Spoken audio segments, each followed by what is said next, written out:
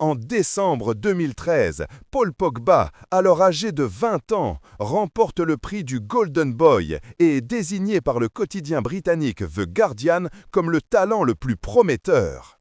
10 ans plus tard, ce même joueur est suspendu pour 4 ans en raison d'un dopage et sa carrière footballistique est totalement anéantie. Alors, qu'est-il donc arrivé dans la vie de Pogba pour le mener à une telle situation? Racontons cette histoire depuis ses débuts. Le 15 mars 1993, un enfant nommé Paul Labile Pogba voit le jour dans la commune de Lagny-sur-Marne, située dans la banlieue est de Paris, de parents guinéens installés en France. Pogba a 2 frères aînés, Florentin et Mathias, tous 2 nés en Guinée et qui représenteront plus tard l'équipe nationale guinéenne, contrairement à Pogba qui a choisi de représenter la France, le pays où il est né. Pogba commence à jouer au football à l'âge de 6 ans dans un petit club près de chez lui, l'US Roissy-en-Brie. Très vite, son talent et sa mentalité de joueur bien plus mature que ses coéquipiers attirent l'attention. À l'âge de 13 ans, en 2006 précisément, l'US Torcy, qui évolue en 3e division française, l'intègre à ses rangs. Il lui confie le brassard de capitaine de l'équipe des jeunes née en 1993. Pogba impressionne alors tous les clubs adverses et ceux des divisions supérieures, dont les recruteurs sont constamment présents pour suivre ce jeune talent. 1 an plus tard seulement, le club du Havre AC, évoluant en Ligue 2, recrute le joueur alors âgé de 14 ans.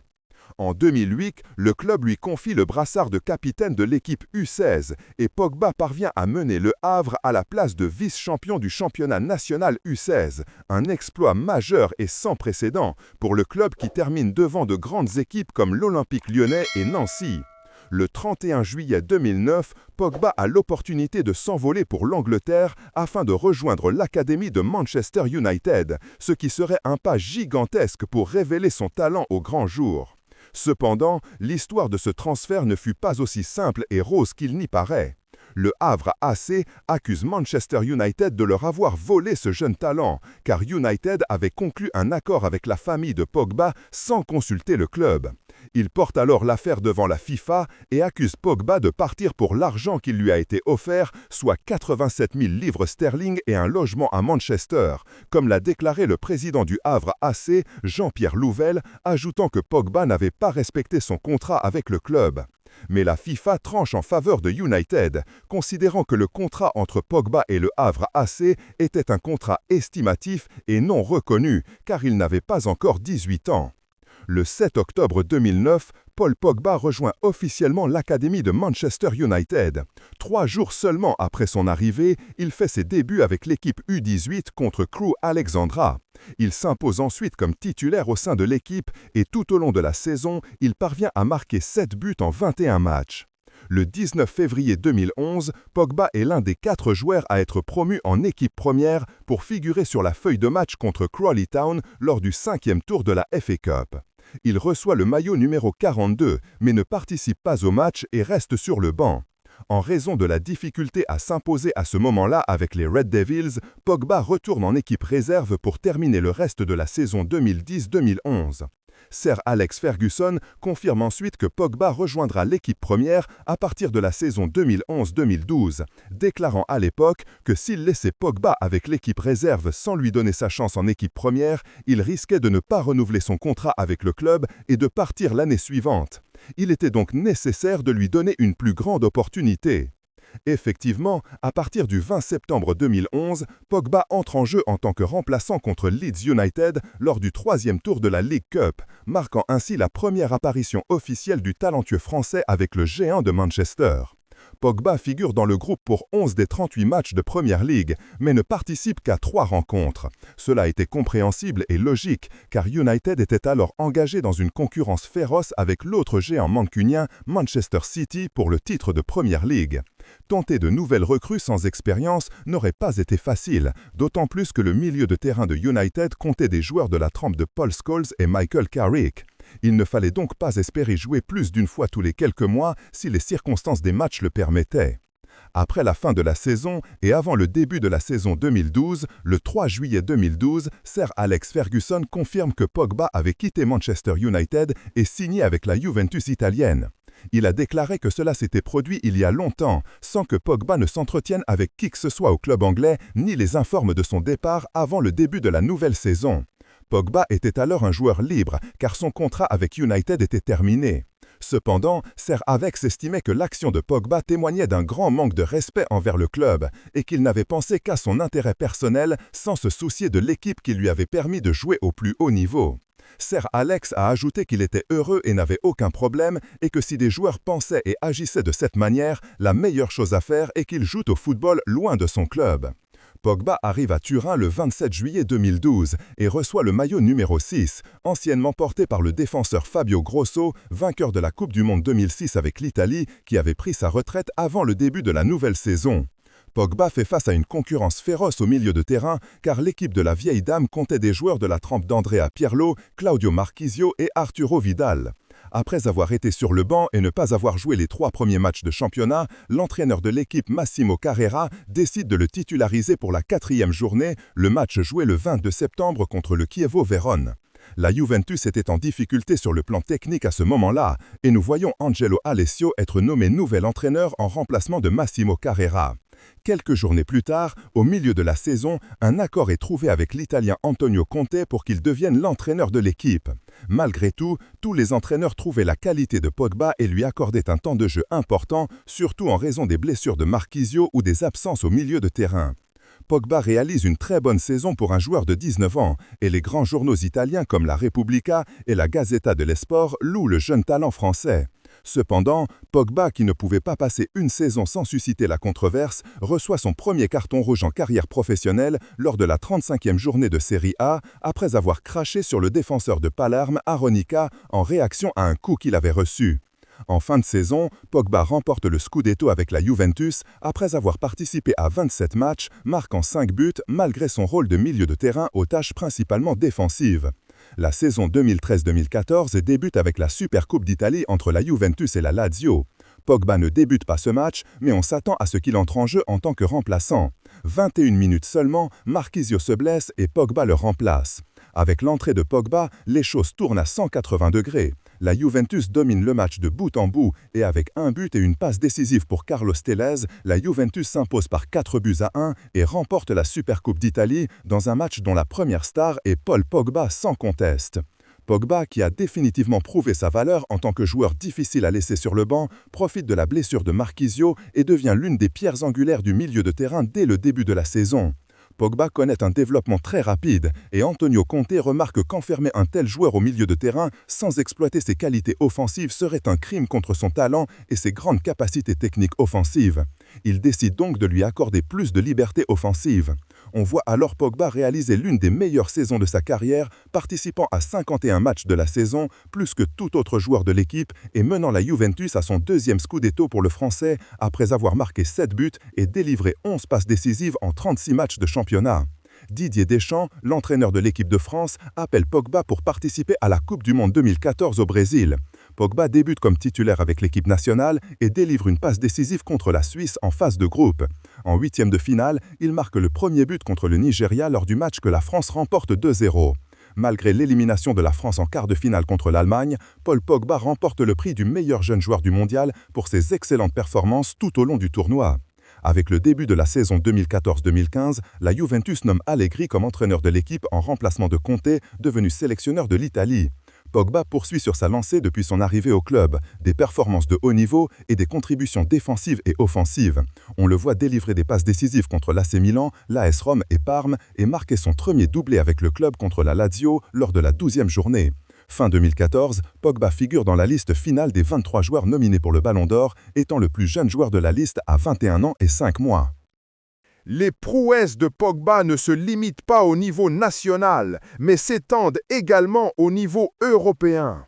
Après un début de phase de groupe difficile en Ligue des Champions pour la Juventus, qui perd 2 de ses 3 premiers matchs, Pogba marque le but de la victoire lors de la 4e journée contre l'Olympiakos grec, un but qui maintient les chances de qualification de la Juventus. La Juventus parvient à passer la phase de groupe et en huitième de finale, Pogba délivre une passe décisive contre le Borussia Dortmund lors du match aller. Cependant, lors du match retour, Pogba se blesse aux ischio-jambiers et est absent de l'équipe pendant environ 7 semaines. Mais Pogba revient en mai, un mois décisif, et marque aussitôt contre Cagliari lors de la 35e journée. 4 jours plus tard, en demi-finale de la Ligue des Champions, au Santiago Bernabéu, la Juventus aborde le match avec l'avantage du match aller, remporté 2-1 à Turin.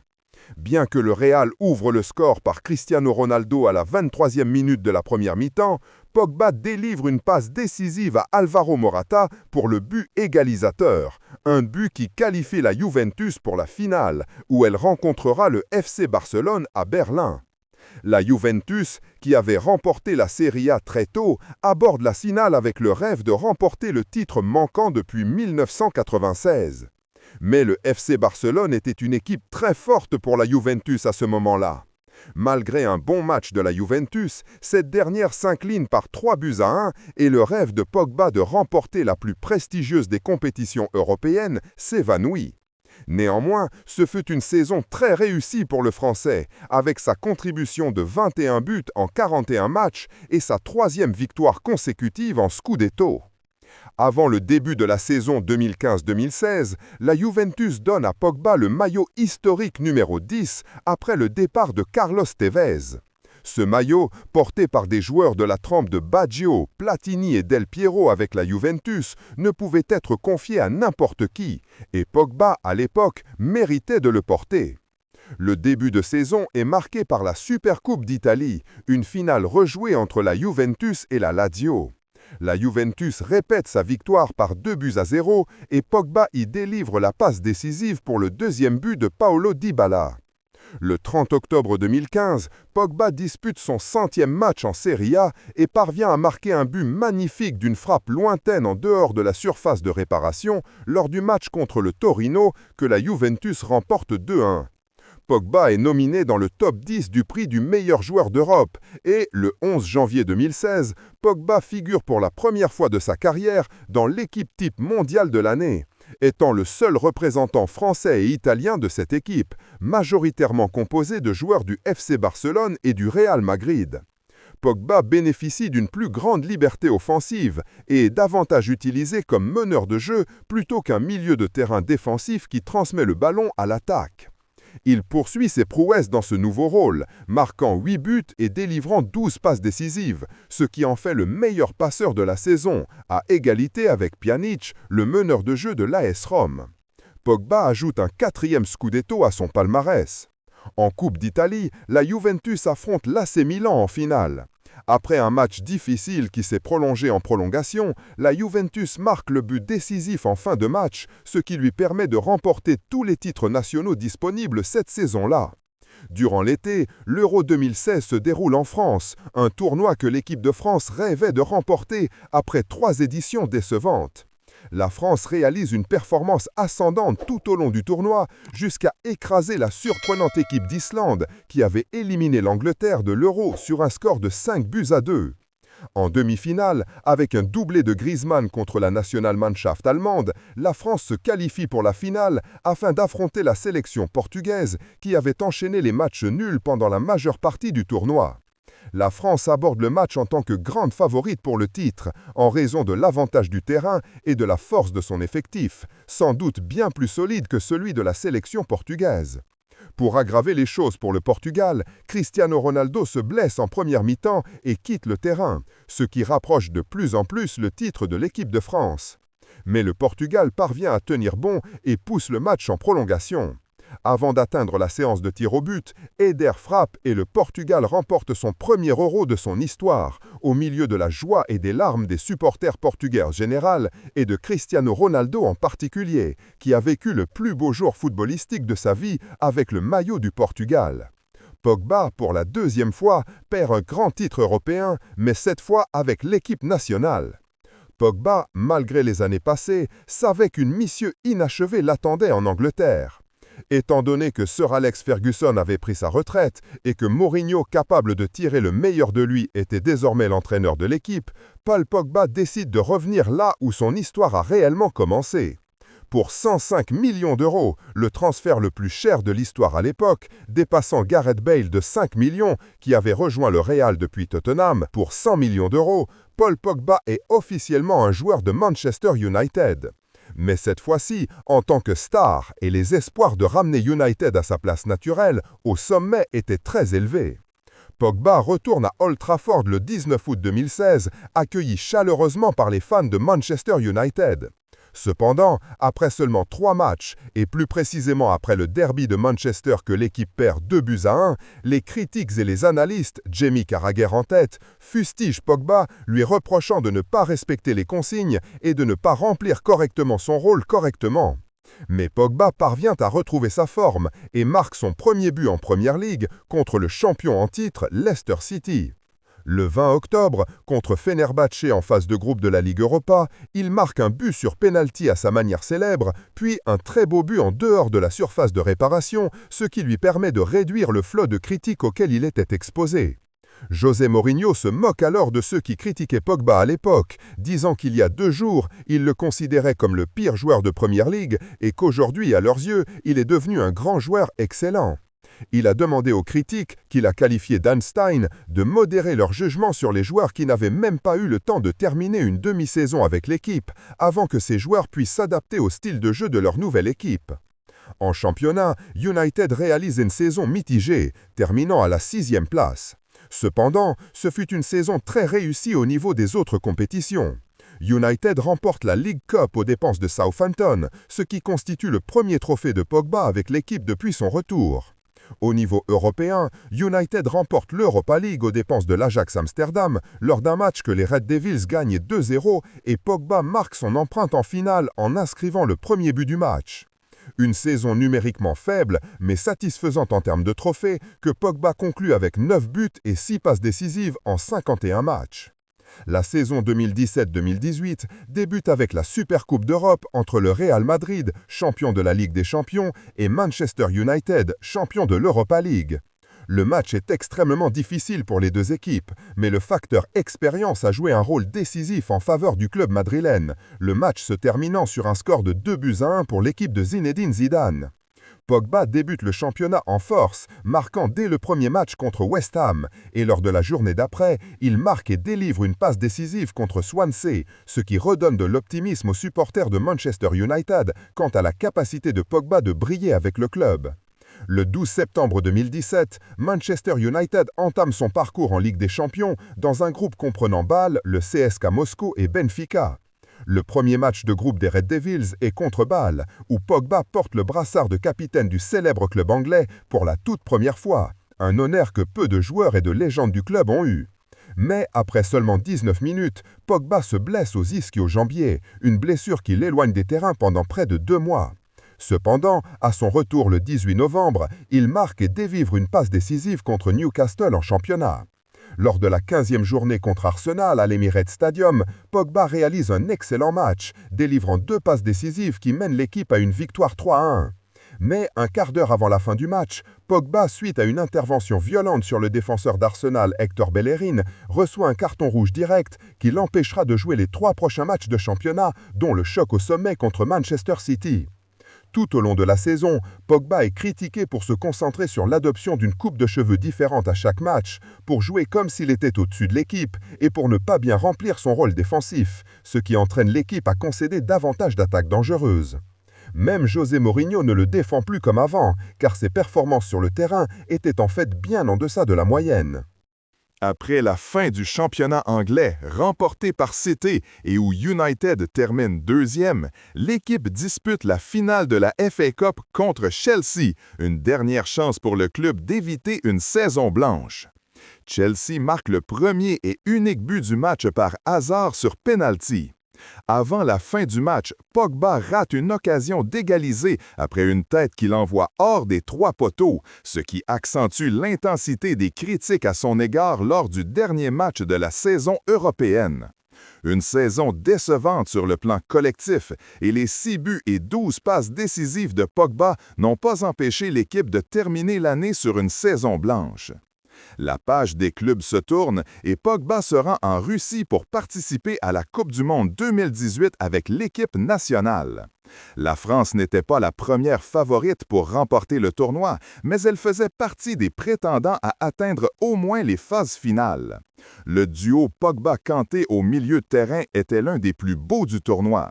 Le meilleur milieu défensif du monde à l'époque, N'Golo Kanté, jouant aux côtés d'un joueur artistique capable de défendre, d'intercepter des ballons, d'attaquer et de créer du jeu pour Griezmann et Mbappé.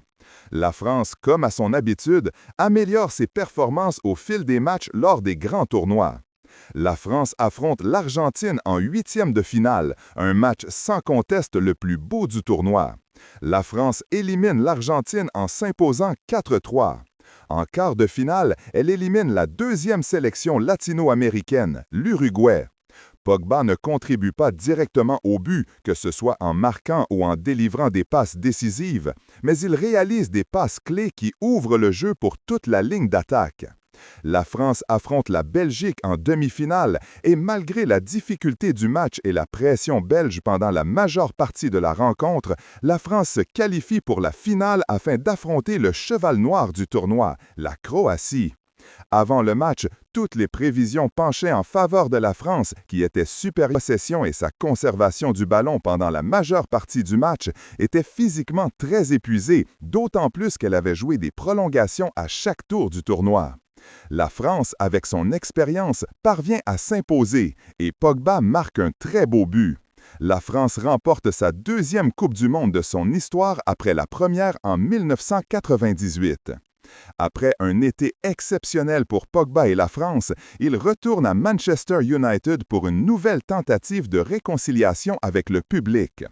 Le capitaine de l'équipe à l'époque, Antonio Valencia, est absent en début de saison en raison d'une blessure et Mourinho décide de confier de nouveau le brassard de capitaine à Paul Pogba comme une motivation pour le joueur à offrir un meilleur niveau et une confirmation de la confiance de l'entraîneur en lui. Cependant, Pogba était loin d'être un joueur avec un leadership fort. On voit l'équipe réaliser un très mauvais début de saison et Mourinho réalise son erreur très tôt, lui retirant le brassard de capitaine après environ un mois. Ensuite, Manchester United affronte Derby County au troisième tour de la League Cup et Derby County crée une surprise de taille en éliminant United au tir au but.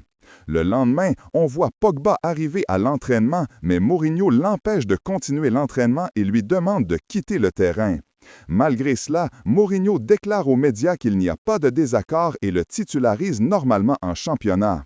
Puis, progressivement, Mourinho commence à s'appuyer sur le jeune Scott McTominay au lieu de Pogba, que Mourinho décrit comme un jeune joueur exceptionnel qui connaît son rôle sur le terrain, contrairement à d'autres joueurs que le club a recrutés pour des millions et qui ne remplissent pas leur rôle correctement.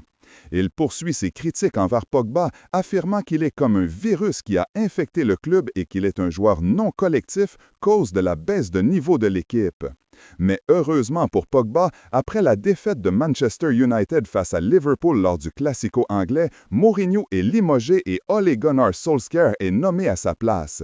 Dès le départ de Mourinho du club, Pogba retrouve une forme extraordinaire et ses performances sur le terrain changent à 180 degrés. Il contribue à 14 buts en 11 matchs et Manchester United évite la défaite lors de 12 matchs consécutifs en championnat. Pogba avait en tête de prouver à Mourinho qu'il avait tort et qu'il avait été injustement traité sous sa direction au club. Mais ces 2 mois de lune de miel se terminent et la vieille rengaine reprend. Performance offensive médiocre et manque de soutien défensif, comme si United jouait à seulement 10 joueurs lors des 2 derniers mois de la saison.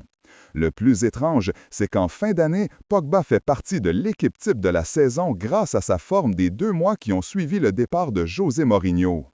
La saison 2019-2020 marque le début de la fin des espoirs pour quiconque pensait que Pogba pourrait retrouver son niveau. Comme d'habitude, avec la douceur des débuts, il délivre 2 passes décisives contre Chelsea lors du premier match de la saison, puis disparaît jusqu'à une blessure à la cheville qui met fin à sa saison avant même qu'elle ne commence.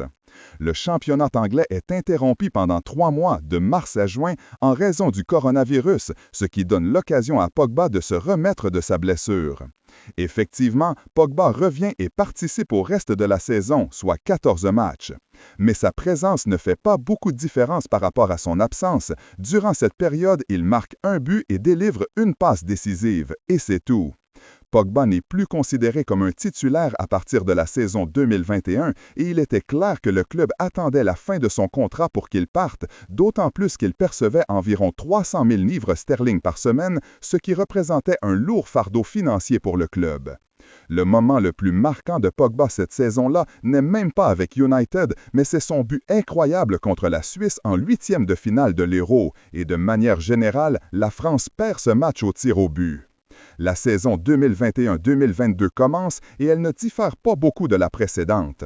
Un quadruplet de passes décisives lors du premier match contre Leeds, une passe décisive contre Southampton et 2 passes décisives contre Newcastle, tout cela lors des 4 premiers matchs de la saison. Les 34 matchs restants sont soit marqués par une blessure aux ischio-jambiers, soit par des performances ternes se traduisant par un but et 2 passes décisives jusqu'à la fin de la saison. Jusqu'à ce que vienne le moment que Pogba et le club attendaient avec impatience, la fin de la saison et la fin de l'alliance de Pogba avec Manchester United, son contrat expirant à l'été 2022. À partir de là, la carrière de Pogba commence à s'effondrer rapidement. Le 11 juillet 2022, la Juventus annonce avoir de nouveau recruté le Français avec un contrat de 4 ans. C'était une opportunité de sauver la carrière du Français de la perdition.